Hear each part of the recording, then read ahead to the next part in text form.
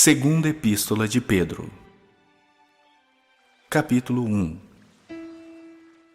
Simão Pedro, servo e apóstolo de Jesus Cristo, aos que conosco obtiveram fé igualmente preciosa na justiça de nosso Deus e Salvador Jesus Cristo.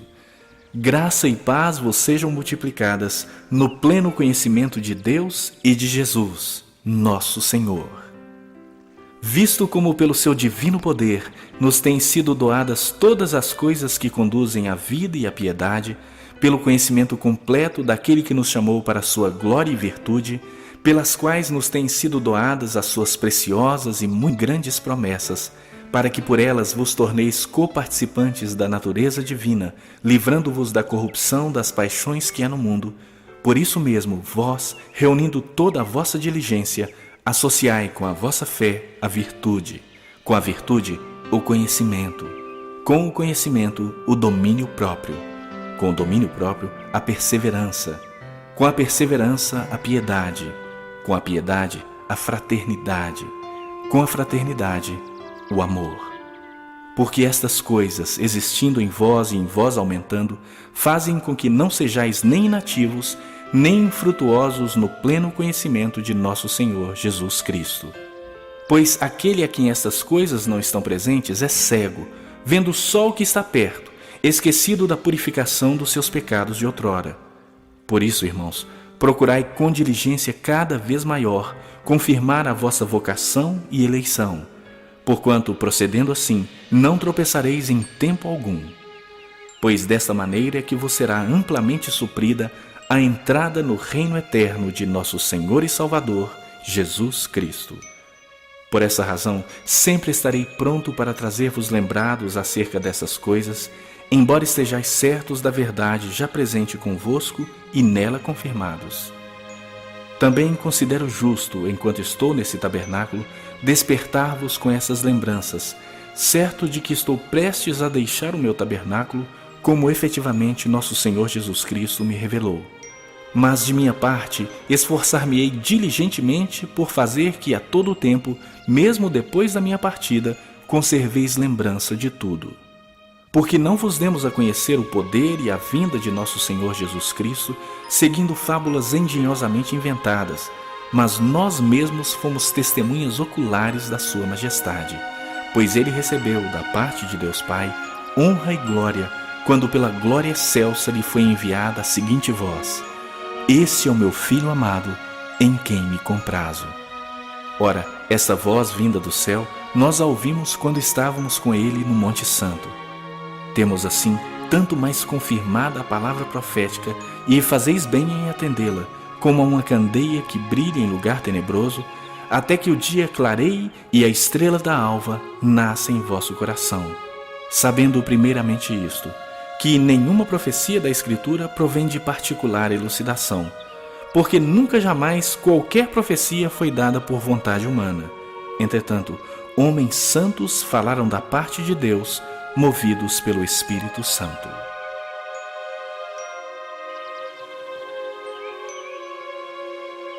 Capítulo 2. Assim como no meio do povo surgiram falsos profetas, assim também haverá entre vós falsos mestres, os quais introduzirão dissimuladamente heresias destruidoras, até ao ponto de renegarem o soberano Senhor que os resgatou, trazendo sobre si mesmos repentina destruição. E muitos seguirão as suas práticas libertinas, e por causa deles será infamado o caminho da verdade.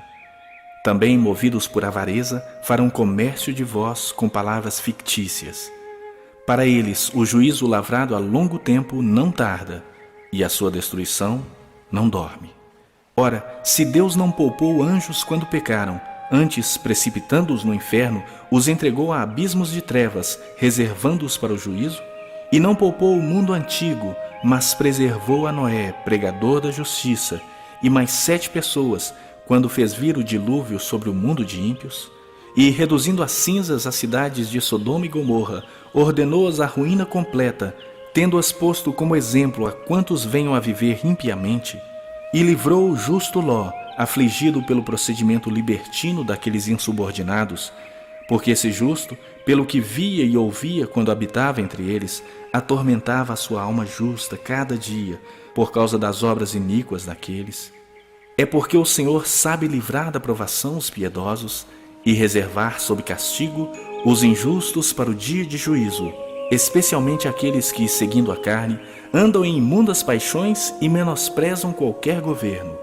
Atrevidos, arrogantes, não temem difamar autoridades superiores, ao passo que anjos, embora maiores em força e poder, não proferem contra elas juízo infamante na presença do Senhor.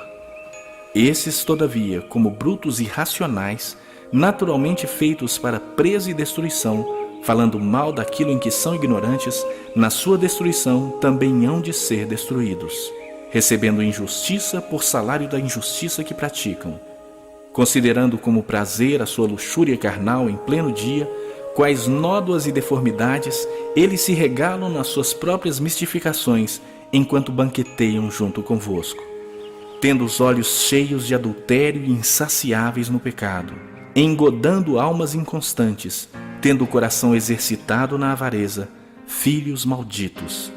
Abandonando o reto caminho, se extraviaram, seguindo pelo caminho de Balaão, filho de Beor, que amou o prêmio da injustiça, recebeu, porém, castigo da sua transgressão, a saber, um mudo animal de carga, falando com voz humana, refreou a insensatez do profeta.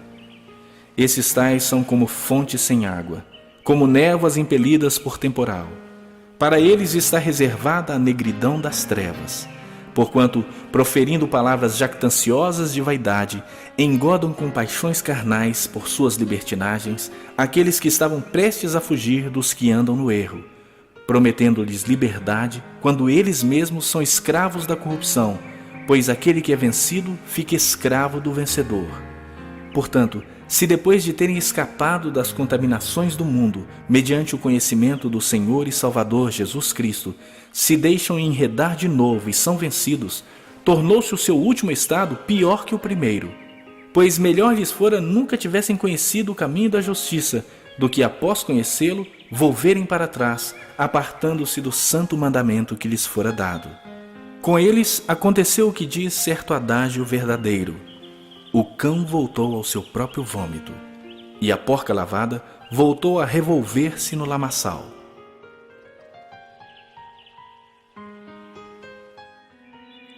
Capítulo 3. Amados, esta é agora a segunda epístola que vos escrevo. Em ambas procuro despertar com lembranças a vossa mente esclarecida, para que vos recordeis das palavras que anteriormente foram ditas pelos santos profetas, bem como do mandamento do Senhor e Salvador, ensinado pelos vossos apóstolos, tendo em conta, antes de tudo, que nos últimos dias virão escarnecedores com seus escárnios, andando segundo as próprias paixões e dizendo: onde está a promessa da sua vinda? Porque desde que os pais dormiram, todas as coisas permanecem como desde o princípio da criação. Porque deliberadamente esquecem que de longo tempo houve céus bem como terra, a qual surgiu da água e através da água pela palavra de Deus, pela qual veio a perecer o mundo daquele tempo afogado em água. Ora, os céus que agora existem e a terra, pela mesma palavra, têm sido entesourados para fogo, estando reservados para o dia do juízo e destruição dos homens ímpios. Há todavia uma coisa, amados, que não deveis esquecer, que, para o Senhor, um dia é como 1000 anos, e 1000 anos como um dia. Não retarda o Senhor a sua promessa, como alguns a julgam demorada. Pelo contrário, Ele é longânimo para convosco, não querendo que nenhum pereça, senão que todos cheguem ao arrependimento. Virá, entretanto, como ladrão o dia do Senhor, no qual os céus passarão com estrepitoso estrondo, e os elementos se desfarão abrasados. Também a terra e as obras que nela existem serão atingidas. Visto que todas essas coisas hão de ser assim desfeitas, deveis ser tais como os que vivem em santo procedimento e piedade, esperando e apressando a vinda do dia de Deus, por causa do qual os céus incendiados serão desfeitos e os elementos abrasados se derreterão. Nós, porém, segundo a sua promessa, esperamos novos céus e nova terra, nos quais habita justiça. Por essa razão, pois, amados, esperando essas coisas, Empenhai-vos por ser desachados por ele em paz, sem mácula e irrepreensíveis, e tende por salvação a longanimidade de nosso Senhor, como igualmente o nosso amado irmão Paulo vos escreveu, segundo a sabedoria que lhe foi dada, ao falar acerca destes assuntos, como de fato costuma fazer em todas as suas epístolas, nas quais há certas coisas difíceis de entender, que os ignorantes e instáveis deturpam, como também deturpam as demais escrituras, para a própria destruição deles. Vós, pois, amados, prevenidos como estáis de antemão, acautelai-vos. Não suceda que, arrastados pelo erro desses insubordinados, descaiais da vossa própria firmeza. Antes, crescei na graça e no conhecimento de nosso Senhor e Salvador, Jesus Cristo. A Ele seja glória, tanto agora como no dia eterno.